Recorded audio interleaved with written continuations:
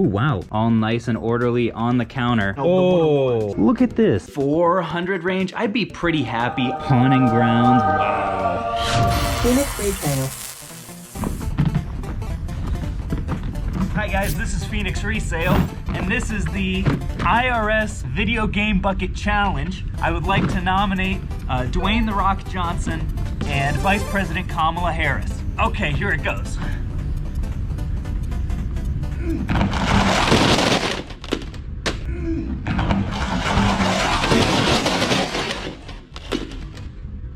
Wow, that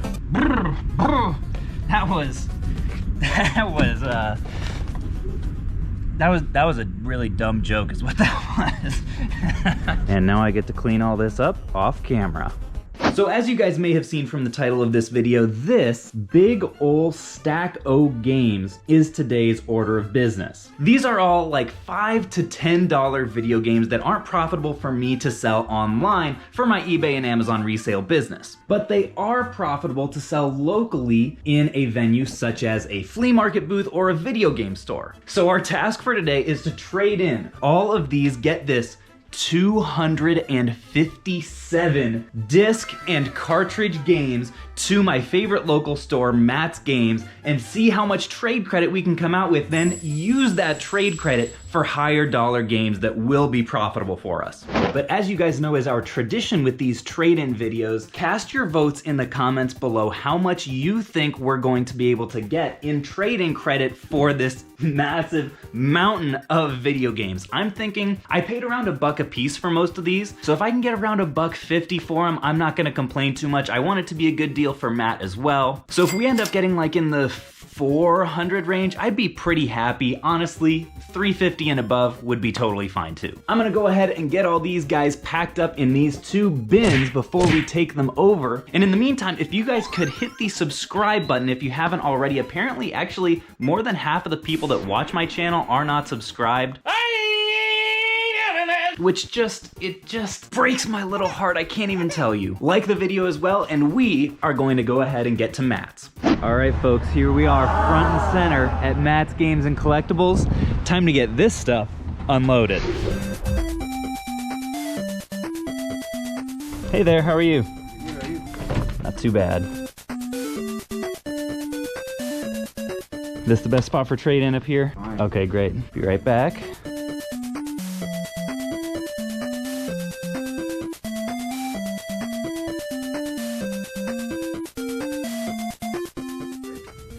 All right, folks, so here are all the stacks, all nice and orderly on the counter. I just got done telling him 257 games. Is it common that you get trade-ins of this size, or what would you say is like the biggest? It's not common. We've had, even back when I worked at another game store, we've had I've had over 1,000 games at one time before. Wow. That was only one. And that would be like a whole collection probably, like somebody comes in and like, yes, this was my basement. That was somebody's entire collection, and it had a bunch of junk and then a bunch of just gems in it. It was from the worst of the worst to the best of the best. Wow. It was a real fun I bet that'd be a lot of fun. Oh yeah, it was great. By the way, I don't think I said this. This is Matt of Matt's Games. Been a friend for a while. I love coming in here whenever I'm in the neighborhood. What would you say is like the most expensive game that you've either like bought or sold here at the store? Just recently, a couple months ago, we had a sealed, this is a good one, we had a sealed, 2 sealed copies, one each of Pokemon Black and Pokemon White. Ooh. They were both factory sealed, and they were, I mean, perfect. They looked like they had been hand delivered from the factory. They were really nice. That's amazing. And I had a guy in New York contact me, and he wanted both of them. They went for, I think, $800 apiece. Yeah, that's amazing. Really cool. Were you able to pick them up for a good deal? I want to say I paid him pretty well on them. I don't remember exactly what. Well, it's hard with Pokemon games because like there's actually kind of a range when it comes to the sealed stuff. Like as you get more recent, it kind of drops off significantly. Sure. Well, I'm gonna take a little bit of a look around here, see if there's stuff that I'm interested in, and give you a little time to absolutely go through this little mountain here. Yeah, there you go. All right, so this is some of the more interesting stuff, definitely in the case down here. You guys know I'm always drawn to glass case games. Ooh, wow, got some solid complete GameCube games down here. I may have to film an episode of GameCube Gambit at some point in the future here. But yeah, this is one place that I'm gonna start. I'm really looking for stuff that has at least a little bit of margin on Amazon that I can just spend my trade credit in. Like I think something like this Def Jam icon has been spiked a little bit on Amazon recently. So that's something that I may pull the trigger on.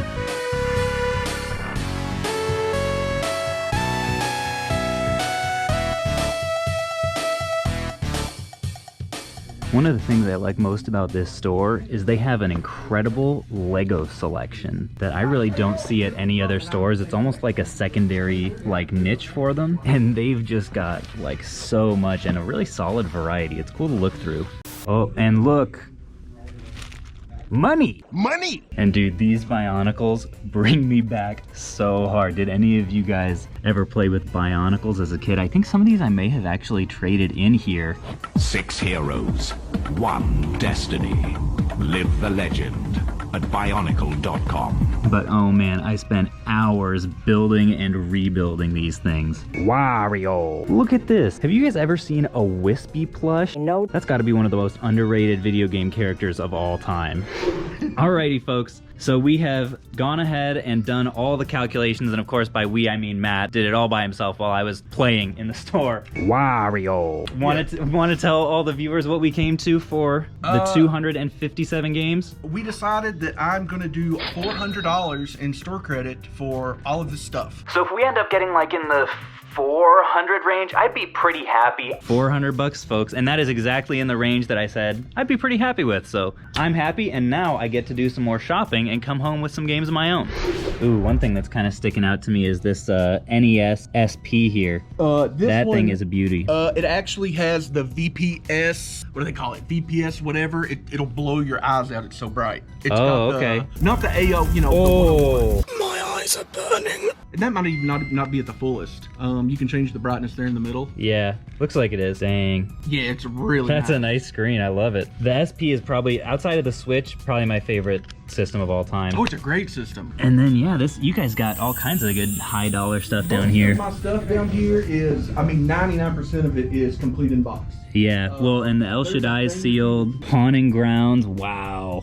That's a good title right there.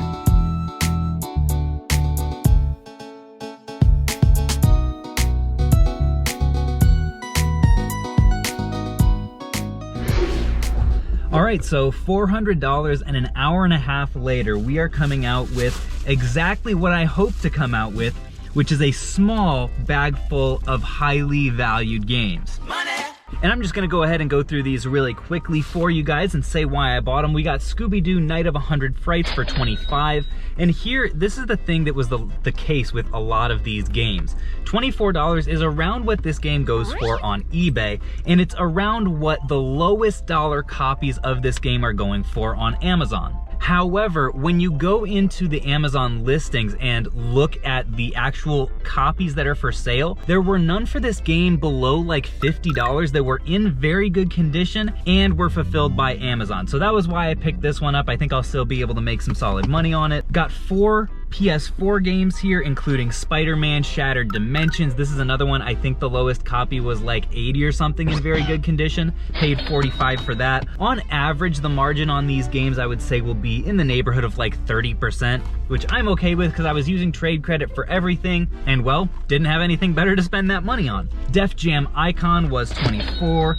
Driver San Francisco was $38. Hyper Dimension Neptunia was $40. I don't know if I've ever bought and flipped this game before. A little bit more on the uncommon side. Also got 3 GameCube games to flip. Pitfall, bought this on the PS2 recently.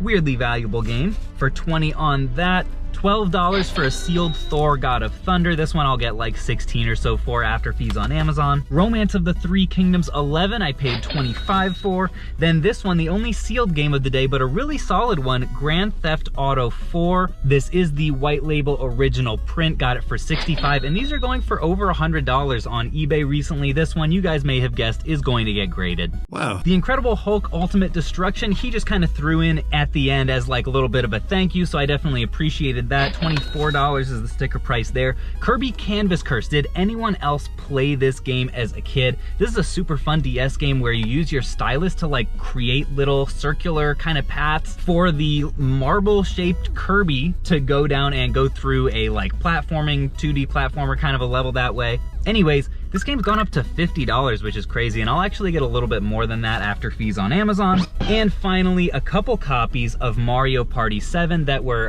in pretty nice shape for $70 a piece. I think I'll probably get like maybe like 90, 95 or so for these bad boys on Amazon. So a very productive stop. All told, I think I should be able to make around $150 to $200 in profit, in excess of the like $400 in trade credit that I had. And keep in mind, if I had taken cash, it would have been more like $300 that I got for all of that stuff. So very happy with the outcome of today's activities. Hope you guys enjoyed this somewhat shorter video today. If you did, definitely give it a like. Thank you all so much for watching, and until next time, I will catch you guys.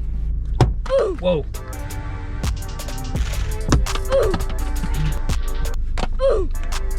On the flip.